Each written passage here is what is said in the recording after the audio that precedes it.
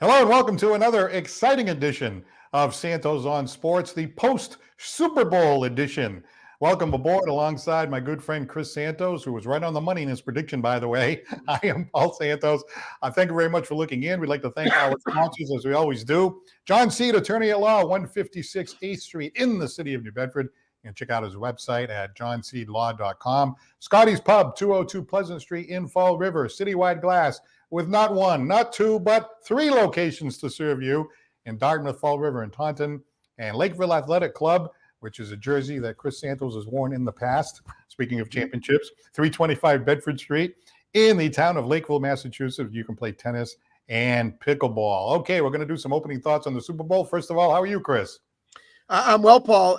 Very excited what happened at that Super Bowl. Obviously, it went the way I thought it was going to go, which made me a little side money. So I'm a little happy about that in some ways. Predicting that if it got close and got down to the end, and I'm taking Mahomes to take it over the top, and that's what he did. So I'm kind of happy with the way it turned out. Wasn't really rooting for one team or another, but it was a good game, real defensive battle at the beginning. And then it got more interesting, obviously, in the second half and in the overtime. I got to tell you something, Chris. I've been a Patriots fan. I root for all four of the Boston teams, but I have to be honest with you. There's something that's been kind of irking me as the season has gone along. This whole like anti-Mahomes thing. Like, you can't be a Patriots fan and you can't love Brady, but then still like Mahomes at the same time. You got to like root for Mahomes. They're not really that good. Oh, he's only got two championships. That guy's get 7. Yeah. Like, where did all this like wussiness come from? I thought New England fans were like tough guys and all. Like, oh, what's he crying about? Mahomes, we got to win another championship. He's only got 3 now. Shut up. The guy's a great player. The guy has the it factor. Unlike Dak Prescott, by the way. But he has the it factor. He has the it factor when the chips are on the table, like Big Papi, Tom Brady, Reggie Jackson, Larry Bird. You want them to either have the ball, have the shot, be at the plate, whatever. And this kid's got it. So why can't we just enjoy it? Why do we have to keep rooting against the kid? You know what I mean? So as the season's going along, I'm not a big Kansas City guy. I'm just kind of like, okay, I'm going along. But midway through the season, I wasn't really pulling for anybody. The Patriots clearly weren't going to get to the Super Bowl. But as the season was going along, I keep seeing this, like, taking shots at Mahomes, they ain't good. And then by the time the Super Bowl came, I was rooting for Kansas City almost as much as I would root for the Patriots. I was just enjoying when he was coming down in that winning drive. Oh, I could just feel all my Patriot colleagues like getting all squirmy. You know what I mean? Oh, I loved every second of it. The kid has got it. He's got the it factor. He's got the magic. And by the way, this season right here, he went through the Dolphins. He went through the Bills in Buffalo. He went through the Ravens in Baltimore when everybody thought, the Lamar Jackson is going to be their year. Mm-hmm.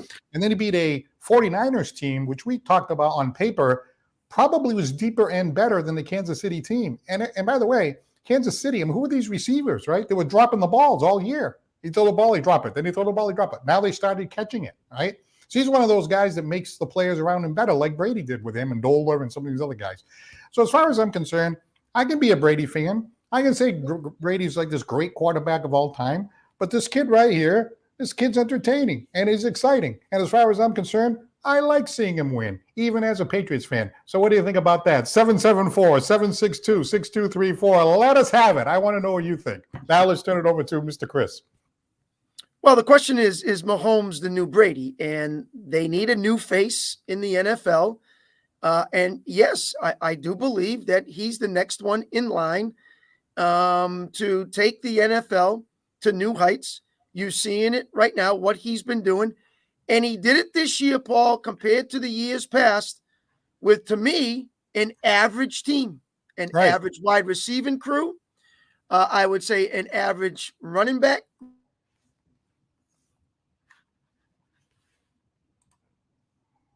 Yeah, that team wasn't even that I would good. Say, but I thought he carried the games on his shoulder and led them to where he wanted to be. I'm not saying he's the, going to replace Tom Brady.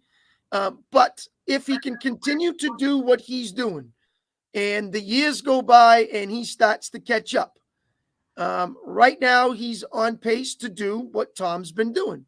And again, there's nothing wrong with that. That's good for the league. The league needs somebody now that Tom's gone. I understand what New England fans think. It's their guy. Brady's been their man. They're all going to huddle around that Tom's the best.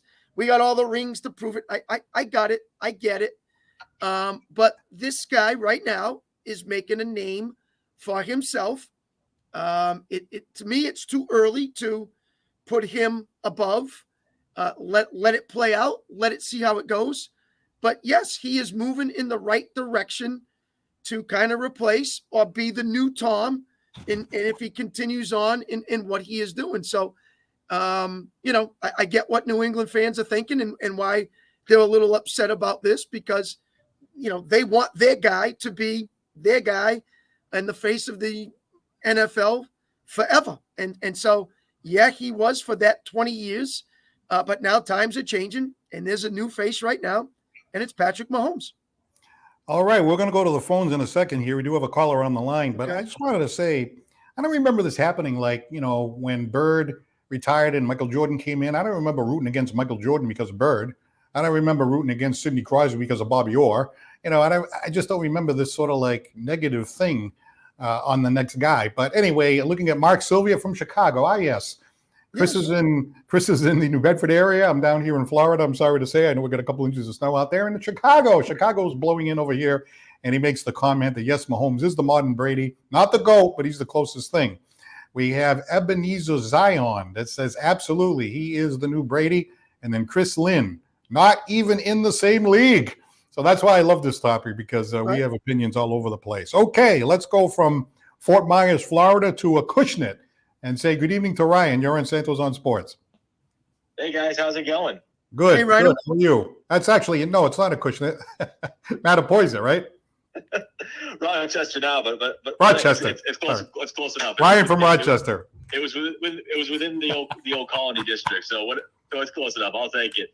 But yeah, to answer the question, Mahomes is that guy. He's I would say a modern day Tom Brady, and he's not just like you mentioned, like the it factor. Like he has that thing where if it's a close game, if his defense is keeping him in it, and I got to give massive credit to Steve Spagnuolo.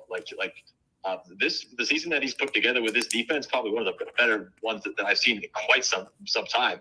But he's that guy where it's close late in the ball game, he's going to will his team to victory. You guys mentioned it. His receiving core, aside from Kelsey, it's not, actually even Kelsey himself after the knee injury wasn't half as good as it's been in recent years. With when Tyreek Hill was there, but he found a way to elevate the guys around him and make him better. So I got to give massive props there. And there's two sides of me when it comes to this. Like obviously there's the Patriot fan in me who is protective of the dynasty and doesn't want him to win as many. But more than that, like I'm a fan of the overall game who's all for this, and I'm open-minded. Like I'm saying right now, he's not quite Brady great right now. But right now, it's hard not to say that he's at the very least he's nipping at Montana's tail. So I'd say one more Super Bowl, he's easily past Montana, and I'm open to the fact hey, if he can keep this going and maybe get to 7, we'll see how it goes, because I feel like Andy Reid might retire before he gets to a 7th, because Andy Reid is 65, but if he can keep this longevity going, I'm open for the GOAT debate there. Let it play out.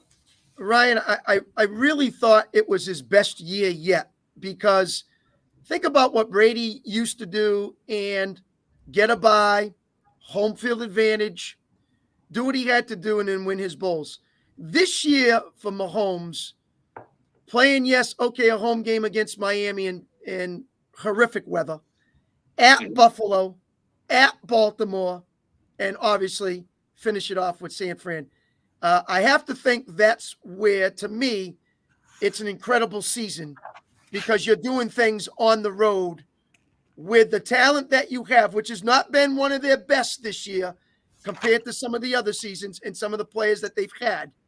But yes, what Spags did along what he has done was a tremendous effort, and really a season to go back and say, remember that one, because where it came from and how he did it. That's what was pretty impressive to me. Now, I agree with you, and I just said it. I don't think he's Brady-esque yet. Give him some time. Let's see how it all unfolds.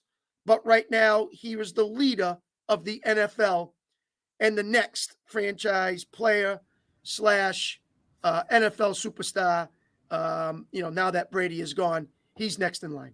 But I got to ask a question, right? When you're determining who's the greatest of all time, people just like disregard the variables, So let me just throw out a hypothetical over there. I'm going to be like the law school professor, Mm-hmm. Let's say Kansas City, or rather Mahomes plays for 22 years. Yep. And he decides, well, I'm just going to stay with Kansas City. Kansas City comes upon hard times. Andy Reid retires. The team isn't that good, but he doesn't want to go chase a ring. So he just stays there. Kind of like when LeBron was in Cleveland, and Cleveland wasn't good enough, but he was still the best player in the league. Right. So he wins, like, say, he's on 5 championship teams, but with a well inferior team, right?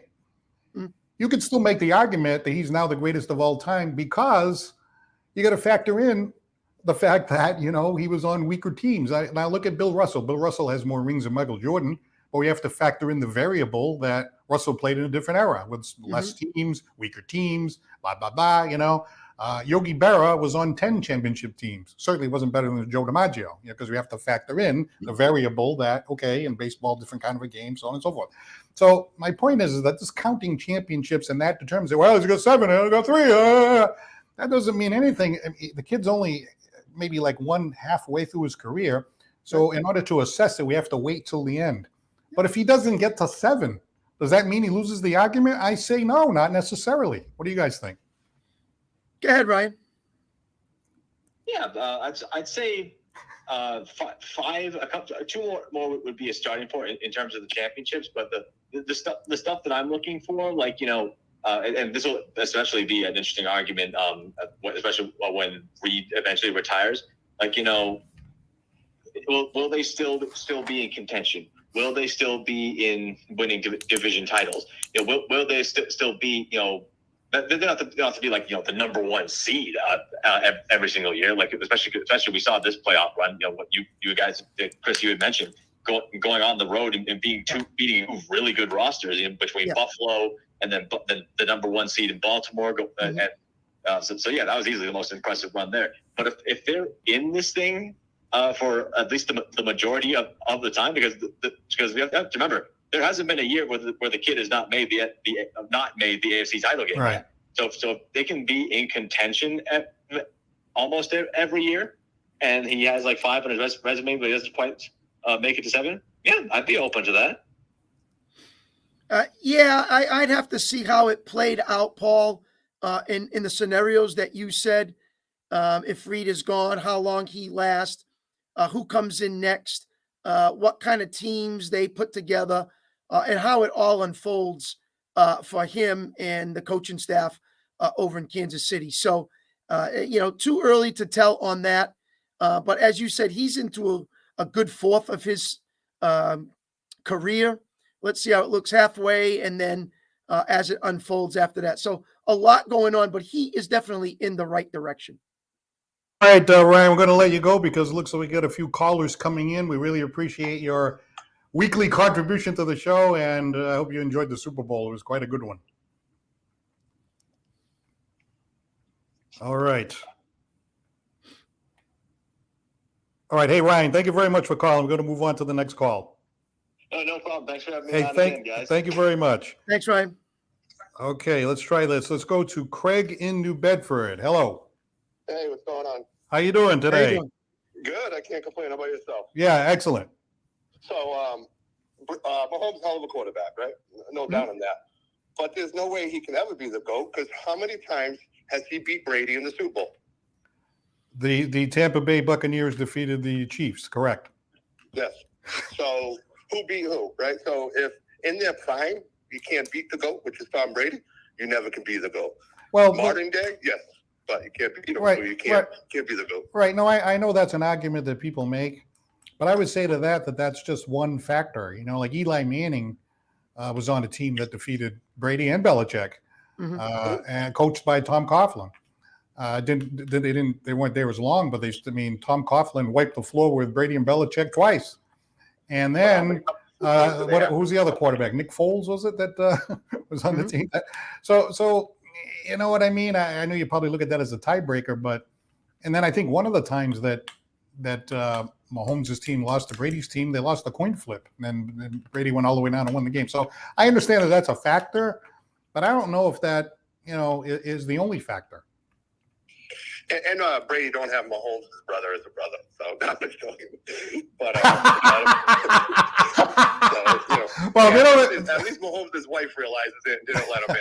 Yeah, but before I get Chris's comment right, remember, I know they say that Brittany Mahomes could be a little bit of a pain in the neck. I understand whatever she said a few years ago, but remember that year that I think Welker dropped the ball. And then Giselle said, "Hey, my husband can't throw the ball and catch it at the same time." So, yes, I remember that. So sometimes the wives, they chip in with something they shouldn't, whatever. But I don't mind the wife. I just don't like the brother. The wife's okay. So, Chris, what do you think about the head-to-head? Is that no matter how many Super Bowl championship teams that Mahomes could possibly be on, they're going to go back and say, "Well, remember that time in the head-to-head?" That's what Craig is saying. What do you think? I mean, listen, it was at the end of Tom's career. It's at the beginning of Patrick's career. It's a different generation, a different era. And Paul, we talked about this off the air before we got on about Tom playing against like the greats of Peyton Manning, Drew Brees, and some guys. I'm thinking in my head now who Mahomes gets to face, and you look for those matchups. As his career continues, will it be the head-to-head with Josh Allen? Will it be the head-to-head with this one or that one? I'm kind of waiting still to feel that out. I get what Craig's saying, but again, that's a one-time matchup. Guy coming into the league, guy ending at the league. I'm not really going to look at that head-to-head. I get it. It was one of the times that they played. But if it was one of those where they were against each other at that time and they played for 15, 20 years and now one won 8 and one won 6 or back and forth, I mean, I get all that. But I'm just saying that, let's not anoint anything until it all plays itself out. That's all I care about. Right now, to me, Tom's still the best of all time. And, and again, right now, I think Mahomes is that kind of guy and that kind of player. Can it lead to him being successful enough to pass Tom? Well, everybody has their opinion on that. But again, for me, I got to wait and see what happens and how it goes on. But he's on his way to making a name for himself, and he's on his way to make the name against Tom Brady. So, now, Craig, you're let it go by, and I understand what Craig's trying to present as well. Are you a Patriots fan, Craig? Yeah, I'm a Patriots fan. All right, fan. so let me ask you this before we let you go. Were you rooting against Mahomes? I wanted the 49ers to win, but I wasn't rooting against him because of the Tom Brady or anything like that. I just got Brock Purdy's second year in. If he can manage the game, it would have been nice to see him win. Mm-hmm. But as far as Mahomes, nobody can doubt that he's a hell of a player, right? He's good at what he does. If anybody doubts that, they don't know football. I just root against Mahomes when I can because I don't like his brother. All right, Craig. I don't like his wife. Hey, thank you very much for calling. Call again. We've enjoyed you watching the last few times and contributing. All right, awesome. Okay, thanks a lot. All right, Craig from the great city of New Bedford, calling in here on Santos on Sports. I think there was a breeze coming in from Chicago before, but I only have 2 lines, right? So I've got the line that's on the air, and I got a line that's on hold, and then after that, I don't know what happened. So give us a call. We have Lori DaCosta that says he's on the way. Speaking about Mahomes, my friend Scott, who knows where I am, I told you I'm in an undisclosed location at a place in Fort Myers. Well, Scott, this is your red wall right here. Yeah, so red wall. I'm glad to see. I'm glad to see it's working out just great. Let's go to Mark from Chicago. You're on Santos on Sports. Hello. How you doing, guys? Hey, Mark. Hang on, let me mute you. Okay, I got you. Hey, how you guys doing? You digging out of the snow? You're not, Paul, but Chris, you got some snow out there today. Yeah, we got a little bit. I would say probably about 4 inches. So I did what I needed to do and get back here ready for Santos on Sports. All right, so Mark, have you heard what we've been talking about? I have, and listen, Chris and I have been talking to our buddies about this subject for quite a while, and listen, this is no different than any sport, right? They're always looking to pass the torch to the next guy. We've been hearing Aaron Rodgers is the GOAT for the last 10 years. Now, is he the GOAT? No, Mahomes is not the GOAT. Brady's the GOAT. However, like, you can't dispute. I mean, he's been in the league 6 years. He's been to 6 AFC championship games. I don't think it's all about total Super Bowls. By the way, he's only 28, right? You can't say, oh, he doesn't have 7 Super Bowls. He's 28. Right. But I think one of the things that was so remarkable about Brady, and not just all the Super Bowls, every year they won the division. Every year they were in the AFC championship game. I think 50% of his career was in a Super Bowl. And I look. Hi, hold on for 1 second, please. Very similar to the 01, 03, 04 Patriot teams. You know, Mahomes was throwing to Hardman. If you take Kelsey out of the mix, Hardman, Valdez Scantling. I mean, if you look at Brady, he had Patton and Givens and Branch, a bunch of nobodies. There was no Gronk, no Welker, no Edelman. Good defense. So I think there's a lot of similarities, you know, and I think the trajectory is there. To me, Brady's the GOAT. Now, he's my favorite athlete of all time, but you can't dispute the track that Mahomes is on. But again, this is not unusual conversation. They do it in every sport, and they've been calling Aaron Rodgers the GOAT. So, you know, I think it's expected when you win. Where I do get a little squirrely, and Chris knows this, is you got the guys on TV that are already calling him the GOAT. Yeah. Now, too much right now, but he's certainly, you can't argue with what he's done so far. So, Mark, let's put it this way, and Jeffrey Amaral said it in a comment. Is Mahomes better at the age of 28 than Tom was?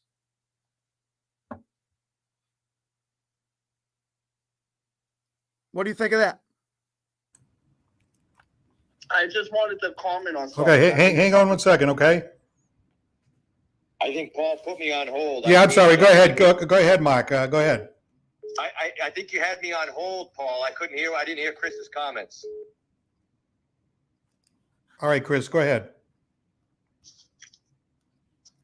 Looks like we have Chris on a temporary freeze. All right, are you still there, Mark? Oh, yeah, go ahead. I'm sorry. Could you repeat that to Mark? Mark, I just want to know. I mean, Jeffrey Amaral came out and said Mahomes is better at the age of 28. Can you remember what Tom was at 28 and where he was, and compare the two as you're going in right now? Pretty similar, wouldn't you say? Yeah. Listen, I don't have the exact record. Yeah, me neither. At that point in front of me, but I think it's very similar. Yeah, no question.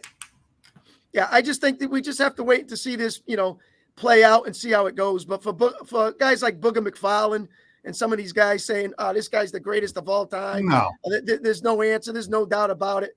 I mean, I can't go that route. I'll never go that route until a guy's career ends, and then I'll see what happens. You have to wait till his career is over to go back and look at it. So that's the first thing. But, you know, just really quick, getting back to counting championships, right? You mentioned Aaron Rodgers, right? So Aaron Rodgers has been only on one championship team. But I dismiss him as the greatest of all time for the same reason I dismiss Peyton Manning as the greatest of all time, because Peyton Manning and Aaron Rodgers, when they got in the big moment, they didn't deliver. You know, Tom Brady was the guy you wanted the ball. He was calm. The game slowed down for him. Same thing as Mahomes. Same thing as Big Papi when he was at the plate with the bases loaded. But Aaron Rodgers, it doesn't matter. If Aaron Rodgers had won 3 or 4 or came through in the clutch a few times, then I might say, well, Aaron Rodgers. But Aaron Rodgers seemed to never come through in the clutch, you know? So that's why I don't think he does rise to the level of, say, Brady or Mahomes. You know, Paul, that's a great point, and I'll use the word that you probably. Oh, you're in Florida. You don't have your little poster board that says. Wait. I wrote up a new one. But listen, you know, I don't get caught up in. Listen, these guys are all prisoners of the moments. They look at stats, they look at this, and they look at that. You know, when I look at sports, and I don't care which sport it is, I look at guys that are winners. And you know, the thing about the Patriots is everybody knew this. There's 2 minutes left in the game. Brady's got the ball. You knew he was coming down. When I see Mahomes with the ball, and I knew he was coming down, and they were either going to tie or win the game. You knew that, and that's what the it factor is. And even if you look at, I'm watching that Super Bowl, and I'm going, it's 4th and 1. And I'm going, if they stop him here, the game's over. Yeah, they win. I remember. The Niners win. Now I'm telling my buddies, you knew it was a run. They brought Kelsey in motion, and he stopped right to the right of the center. I said, Mahomes is going to keep it. And he kept it and ran 6-7 yards. They couldn't stop him. But that's what Mahomes has. And here in the Midwest, they talk about the Rodgers all the time now. And the Packers lose Aaron Rodgers, and they got better. So, you don't lose the GOAT and get better. The Buccaneers couldn't win for years. They get the GOAT, they win. So, do you make your teammates better when the chips are on the line and everybody's watching? Are you taking them down, or are you Jason Tatum with a step back 3 at the buzzer to lose the game? I know I said that for you, Paul. Thank you. I think that, do you want Jason Tatum to have the ball, or do you want Luka Doncic to have the ball? Well, so far, this is what I'm watching the game. I'm looking at the game. I'm seeing what happens. It's always a clank. It's always a step back 3 clank, and until somebody corrects that, I think we're always going to have a problem. Hey, Mark, thank you very much for calling in. And next time you come to Massachusetts in the summer, make sure you come by the Paul Santos live show. Oh, there's no doubt. But hey, listen, they got to up their menu. They got to fix the menu before I do that. But I'll be back. All right, guys. Hey, take care. All right. Thank you very much. All right. Let's see who else is on the line over here. Let's try this one here. Hello, Ben from Dartmouth. Here on Santos on Sports. Hello. Hello, Ben. All right. Let's try this one. Hello. Is this Cassius? Yes. Hey, Cassius, you're on the show here, Santos on Sports. Hello. Hey, I don't think that Mahomes is anywhere close to Brady. That's like comparing Phil Jackson to Red Auerbach. That's like, you know what I'm saying? That is something that when I watched that game, right? Purdy actually had Joe Montana style in the way he played. Tom Brady he went out and did something a lot of quarterbacks don't do. He won championships with the Patriots, went to the next team and won a championship the first year. Mm-hmm. But what a lot of people don't remember is the only way he got his first win was when he took over for Bledsoe. He came back in the AFC Championship, Bledsoe, and he won it for him. So, I will never say Mahomes is the new Brady. I actually think that in a lot of ways it was rigged. I actually thought the new rule was just set up then. If they would have had that when Brady played, a lot of things could have been different in that aspect. I think they should have kept football where football is. Stop trying to make it different. They don't have these rules for reasons, but now, out of nowhere, actually the 49ers would have won if it wasn't last year, that same play. But don't ever consider Mahomes the new Brady. All right, but hang on. What rule that was in place that you think hurt the 49ers? So the new rule it's like where they could go score, and if they have the other team had a chance to go in. The overtime. Okay, all right, yeah, all right. That rule never happened before. Why all of a sudden now? Why would you change that overtime? I watched that game and I was grossed out by that. All right. Well, that's not football. I used to watch the Red Sox. Does that when they play football? All right, lot to unpack over here. Let's see what Chris thinks. Well, the NFL changes, from year to year, and again, the protection of quarterbacks. They want to throw in league. They want to see points. They want scoring. So their main job is to protect that quarterback. I always say you can call holding on every play, and I think sometimes holding dictates the cause of some of these games, and whether you call it on the defense or the offense. I'm not going to the point of what you're saying about being scripted, but there are times that it looks like it's a little bit more favorite to one team than it is the other. I will say this though, Cassius. Listen, what he's doing right now is pretty outstanding, and I thought it was his best year because I don't think he had the players that he's had in the past. And he made a statement this year by being, as Paul says, the it factor and putting his team on his shoulders. Besides Kelsey, there wasn't much else out there on that team that I can say, whoa, this guy's a major factor. So I thought it was his best year so far because of the talent he had with him, and even not really big names on the defense, maybe Jones, but that's about it. So that's why I thought it was pretty impressive. And that's why I got him working his way up to catch Brady, not be Brady yet, but maybe get up there if he continues to do some great things, and he's still got a long way to go. Definitely got a long way. Yeah. All right, where are you calling from, Cassius? I'm calling from New Bedford. I've been a fan of you guys for a while. We've talked before. Yes, I remember you calling I remember. before. Yes. Yeah, and what I'm also saying is still a win. There's rules that change from all the time. Yep. And there's so when that happens, it's still a win regardless of how it is. The rule was put there, it was in place, but did they know, both sides know about the rule beforehand? Well, they should. That's the one question I do have. Were they properly informed, or should that have been informed in the beginning of the season? Well, I think it's up to you. Again, I'm assuming that all coaches would know that, and the NFL would not hide that and wait to the Super Bowl and bring it out. So I would think that they would. But hey, listen, San Fran had their chances. A missed extra point, a fumble by McCaffrey on the first drive. The punt mistake. So great players take advantage of great situations, and that's what he did. He took advantage of the situations when it came to him, and they got the job done a little bit better than San Fran. So, unfortunately for San Fran, those mistakes came back to haunt them. Hey, Cassius, we appreciate you. He is a good quarterback. You should not look him down. So.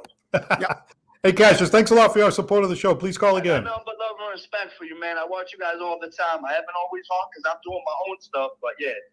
Hey, thanks, Cassius. Thanks a lot, Cassius. Cassius from New Bedford here on Santos on Sports. I know Paul, I got a question. Paul, I got a question for you. Sure.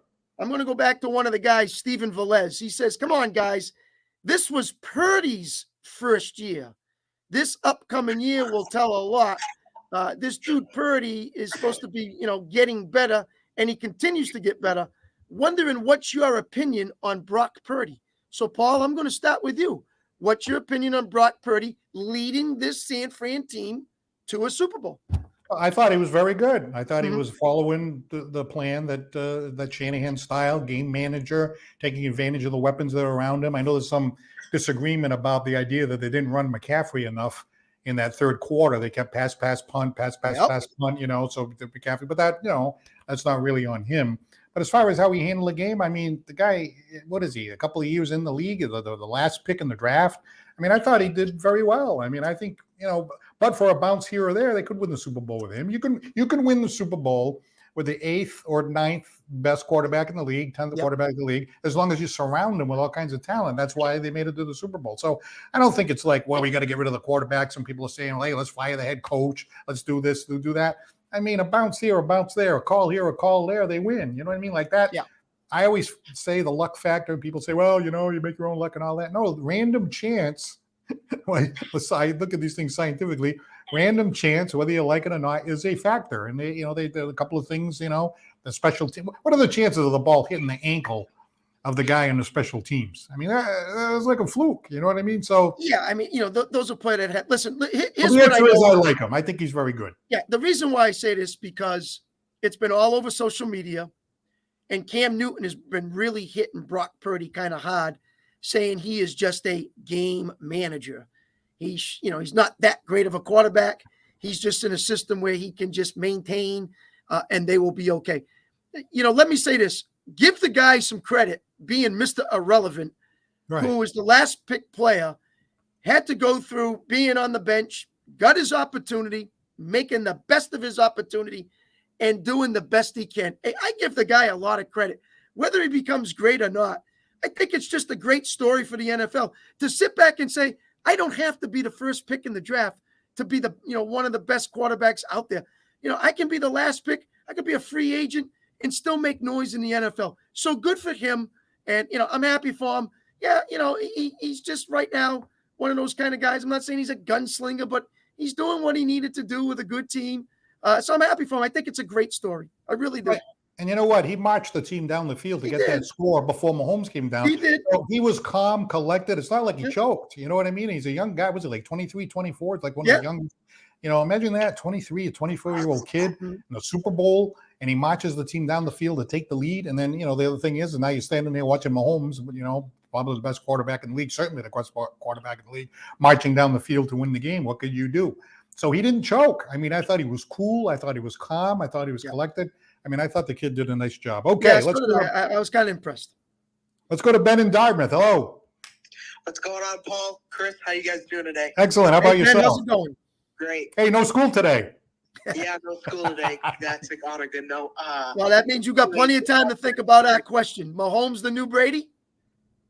So Mahomes, he's not really the newest Brady. In a few years, there'll be a debate about it, like Jordan and LeBron. We'll see that in the upcoming years. But for now, we're just gonna enjoy this. So far, I believe he is better than Peyton Manning. I even said on my show on Wednesday at Cask and Pig, I said that he's 1,000% better than Peyton Manning if he wins the Super Bowl. And like you just said, Paul, earlier, is that he wasn't comfortable in the playoffs, nor Aaron Rodgers was. You needed a guy like Tom Brady or Patrick Mahomes. Patrick Mahomes is the guy. You can't bet against him at all. But for sure, he's top 3 all time for sure. Were you rooting for him, against him, or are you just kind of neutral? I was kind of neutral at the same time. You know, I don't hate Kansas City at all. I just hate I hate Taylor Swift, the whole thing. Oh, that's a whole other issue. Taylor Swift, the person, but All right, let's get Chris's comments.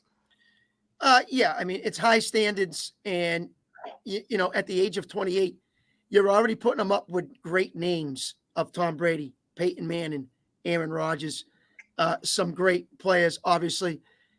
So even to be in that statement alone at the age of 28, and his career could go another 14 years.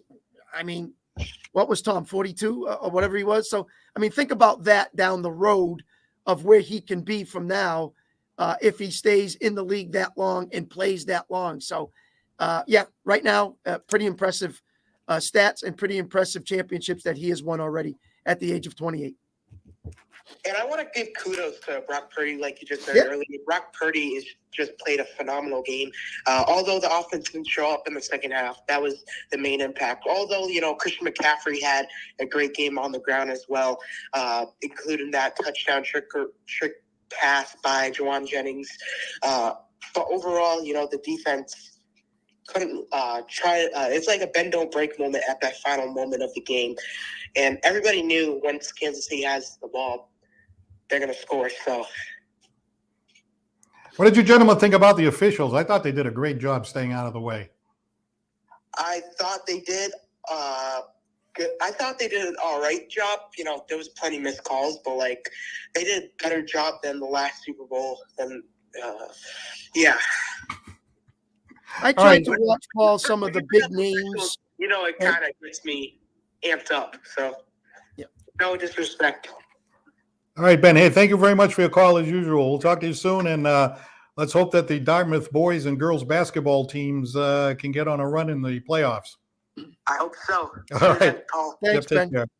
All right, Ben from Dartmouth chiming in.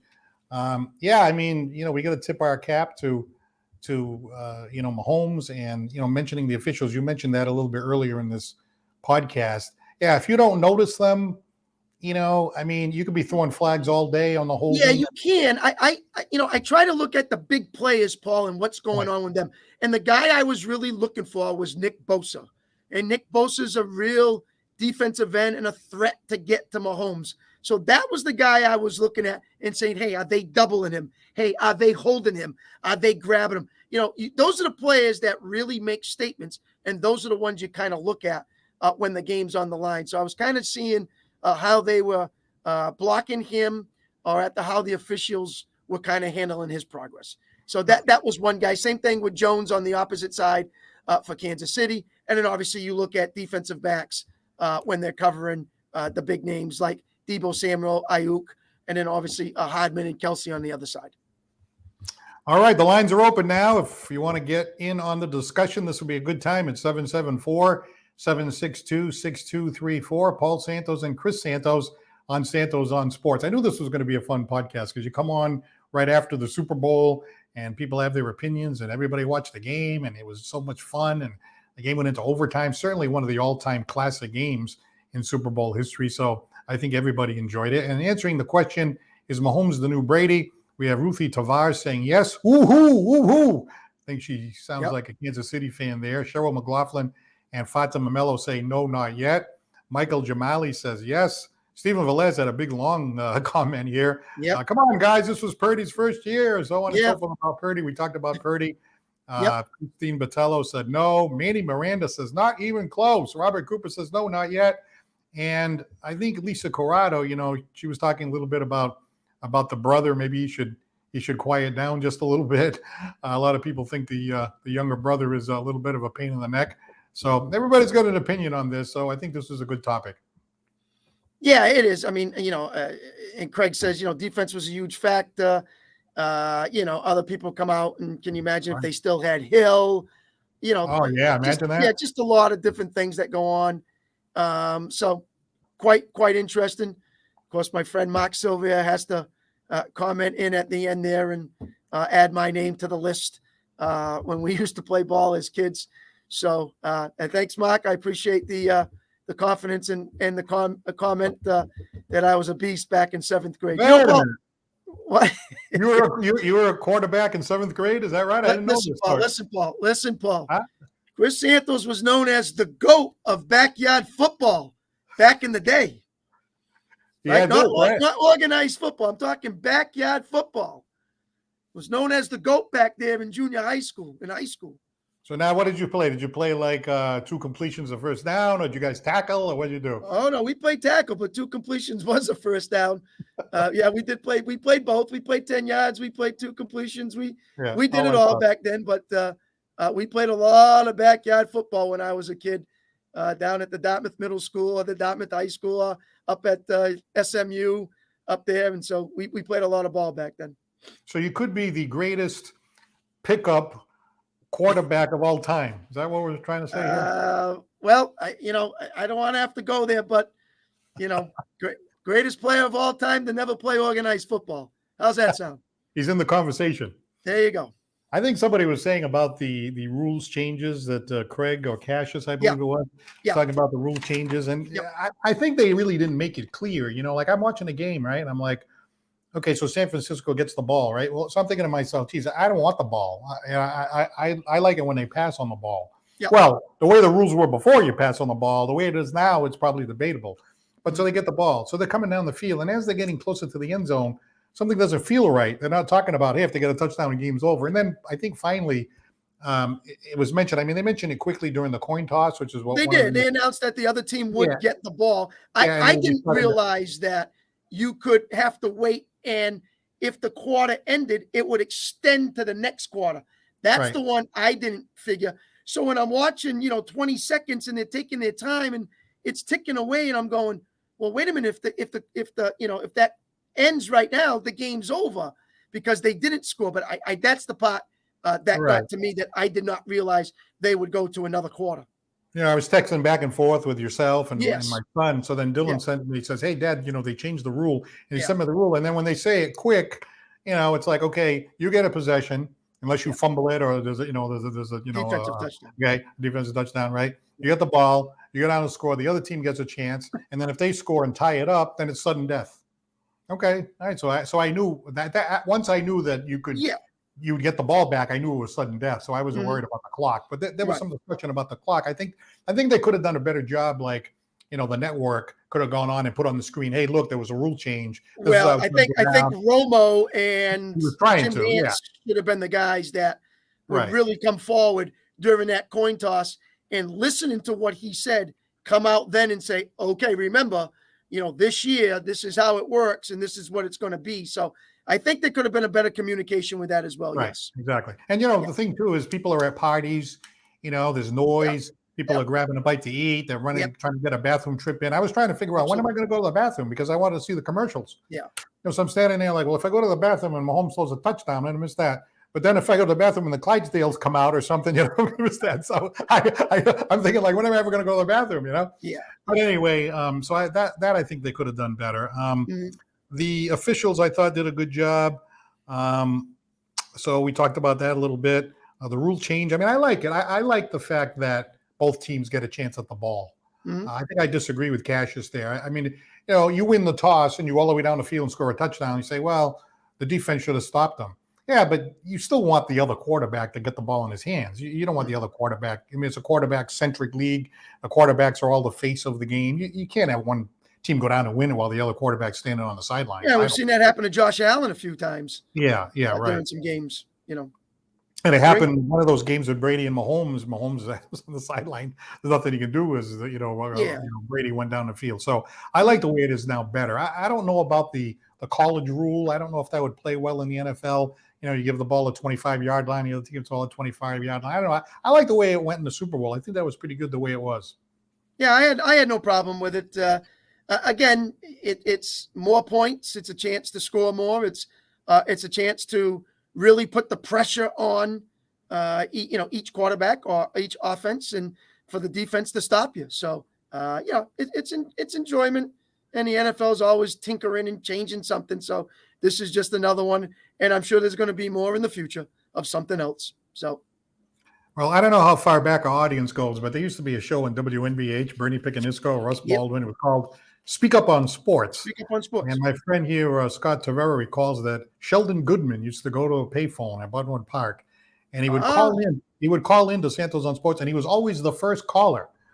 So he's predicting that Sheldon Goodman would quote on the payphone that Patrick Mahomes is one of the greatest of all time. He would always come out with an opinion. He called from the payphone. This is in the days of younger folks. You actually had to take coins and put it into the phone to make a phone call. So Chris and I remember that. We go all the way back. I think I remember the first time I ever heard Sheldon. He wanted to trade Kyle Yastrzemski for 2 bums and a hot dog, or something like that. I mean, he was always looking to. I think the Red Sox need to trade Kyle Yastrzemski, and he'd come out and he'd always have something. So yes, Sheldon was a fixture on that Speak Up on Sports. You talk about rules changes, right? And this is interesting too. That's what makes sports so much fun, right? You take somebody like Steve Grogan, right? It's amazing that he's not in a wheelchair. I mean, he got killed back there. I mean, it was unbelievable how many hits this guy took. And that year in 1986, when they who was the other quarterback? They pulled him and they put Grogan in there. I can't think of his name right now. Yeah, Tony Eason. Tony Eason was in there. They started falling behind. They took him out. They put in Steve Grogan. It's like, hike, blam. He has to lay it out. And then he would throw the ball, and you could still hit the quarterback after he threw it for at least 1 second. So he would just get killed, And I'm thinking to myself, hey, I love Brady too, right? But that second cluster of Super Bowls when he was 40, 41, 42, you could make the argument there's no way he would have been able to withstand that. I mean, Joe Namath, I don't know, he had like 10 operations on his knees or something like that. I mean, Johnny Unitas, totally different game. Somebody put Bart Starr up here. Did you see that? Bart Starr is the greatest. Bart Starr is the GOAT. Yeah, I did. I saw that. Bart Starr is the GOAT. Yes. It was like the 1967. I mean, you can't compare. And then when I think of, the Red Sox, when they finally won the World Series in 2004, they didn't even finish first. They were the wild card, right? So I go back to those 1970s teams, Yastrzemski and Fisk and Rice and Lynn and, Bill Lee and Louis Tion. That team was stacked, but they always finished a couple of games behind the Yankees. They would have been in the playoffs every year. Every year for like 10 years, they would have been in the playoffs. What a great team. So, I mean, they never won. Okay, yeah, they never won. Yeah, but they didn't have the wild card. Well, too bad. You got to play by the rules in front of you. Yeah, but those are the variables that, I look back and I think that 70s team, they had some of the best teams the Red Sox ever had. That 1978 team, that team was nasty. But they didn't have the wild card, so the Yankees were just that much better, and they never got in there. But, Well, the same thing. I mean, listen, the same in football. They added the wild card now and an extra game. And, the variables change all the time, Paul. And we've talked about this before on and off the air. And we know that that's a big factor nowadays, and how it affects teams and how it affects your thinking and how it should be. One of the biggest concerns, and I don't know if you got this, Paul, and I got it from everybody. Remember now, this was a 6:30 game. This game ended around, 11 o'clock, whatever it was, how long it was going to be. A lot of people are talking about how can we change this?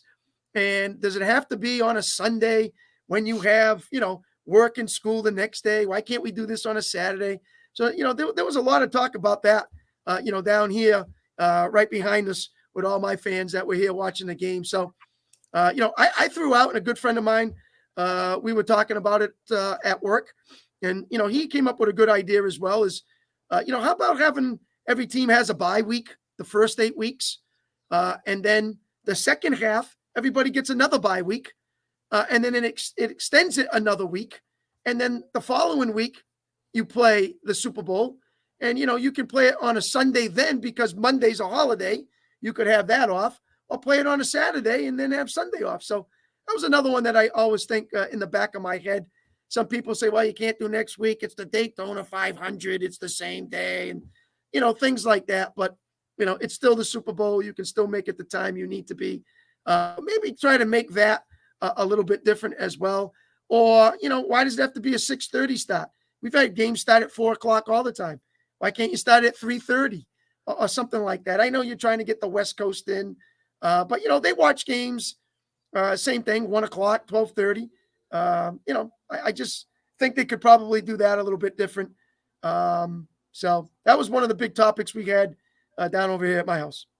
Well, being someone who's kind of semi-retired, Yep. I didn't care. but I do remember, when I was a little younger, raising a family and all that, I'd be like, oh, I got to stay up, watch the Super Bowl. You stay up to 11 o'clock. I like watching all the post-game stuff, The next thing you know, I got a second wind. It's 1 o'clock in the morning. I'm still watching all this stuff, Then you got to get up. I'm sure like you got up the next day and all that, right? So, the choices have to be right. How attached are we to tradition? Super Bowl Sunday. Oh, it's Super Bowl Sunday. It's Super Bowl Sunday. Well, now it's Super Bowl Saturday. Well, okay, whatever. The idea of moving it, if you move it, one more week or 2 more weeks, now you're at Washington's birthday. So now it's Sunday to Monday. I don't know if there's a conflict with something else. But, it's an interesting idea because I got to tell you, baseball was even worse. When the Red Sox had that run in 2004, my kids were like 10 years old. Yeah. And my son says, Dad, you wouldn't even let me stay up. I said, well, the games went to 1 o'clock in the morning. You were 10 years old. Really, really horrible. And to the point where I'm a big baseball fan. Now they got the games on all these channels. I don't even know what channel it's on. Sometimes the game's in the afternoon. Sometimes it's at night. I mean, they've done a terrible job in baseball, but that's another topic for another day. But the idea about the Super Bowl, I kind of like the idea of flirting with it. Make it a Saturday night. People have parties on a Saturday night, bring everybody over. The next day, most people are off on the Sunday, make it into a whole weekend thing and all that. Not a bad idea. I certainly would be open to it. And once you do it, you can say, well, you get the tradition of Super Sunday and all that. Well, once you do it a couple of times, you can move on and do something different. It's not a big deal. You know what I mean? But I like that idea. So like what time did you go to bed on Super Bowl Sunday evening? Yeah, probably midnight, I believe, if I think correctly, watching some stuff afterwards and listening to what, after game comments.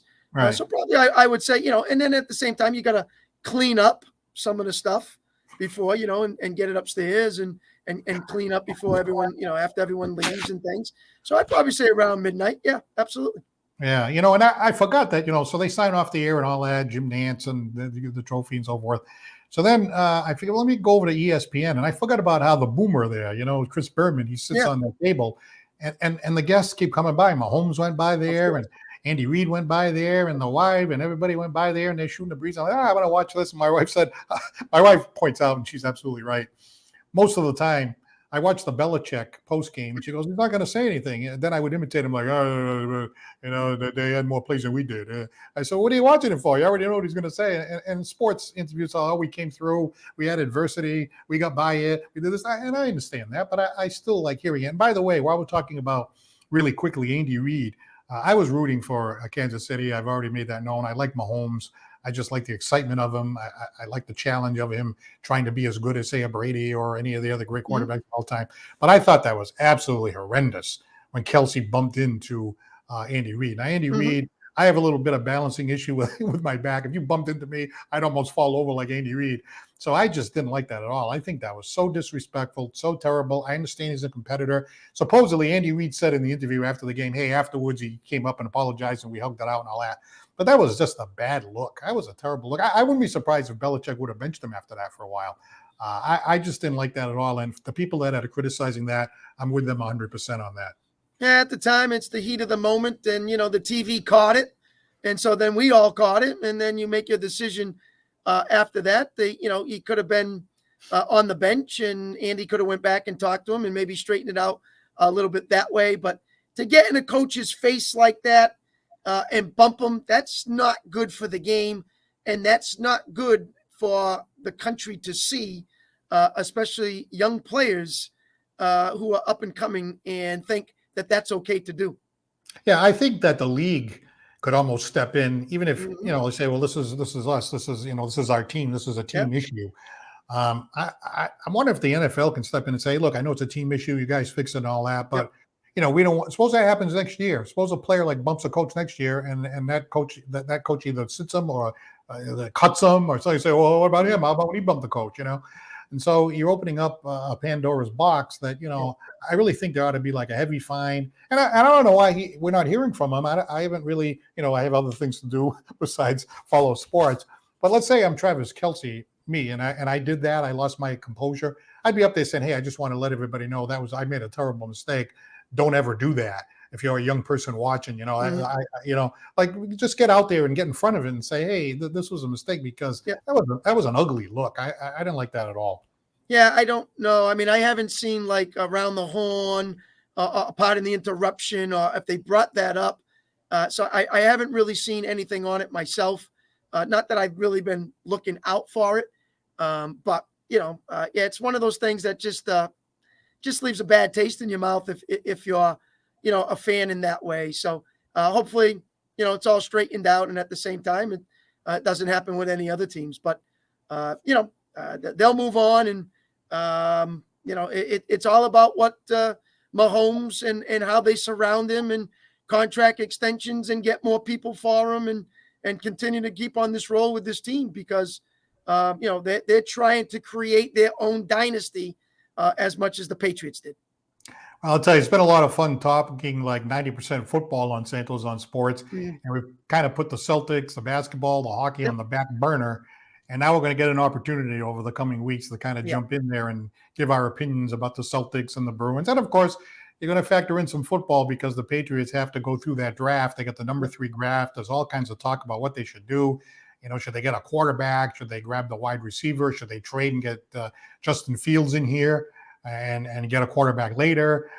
Maserati from Felger and Maz, he's got an interesting idea. He says what they should do is trade and get Justin Fields, get the wide receiver, which is what's the name of the wide receiver that's in the draft? The one from Cincinnati, T. Higgins? Yeah. Well, the one that's going to be in the draft that everybody's talking about. Oh, the draft, Marvin Harrison. Yeah, Marvin Harrison. What they should do is get Justin Fields, get Harrison, then the next pick, get a tackle, to shore up the offensive line, and then get a quarterback like in the maybe early second round, and have that quarterback sit behind Fields, and then go like that. I don't know. I mean, the thing that worries me is you grab that quarterback right away and you throw him into the mess that is the Patriots right now. You could ruin the guy. He may not be successful. Maybe they ought to do like the Jordan Love plan or the Aaron Rodgers plan. Well, that's what they're saying is to get Fields and have this guy build behind Fields. Yes. And so Fields plays, as long as he can.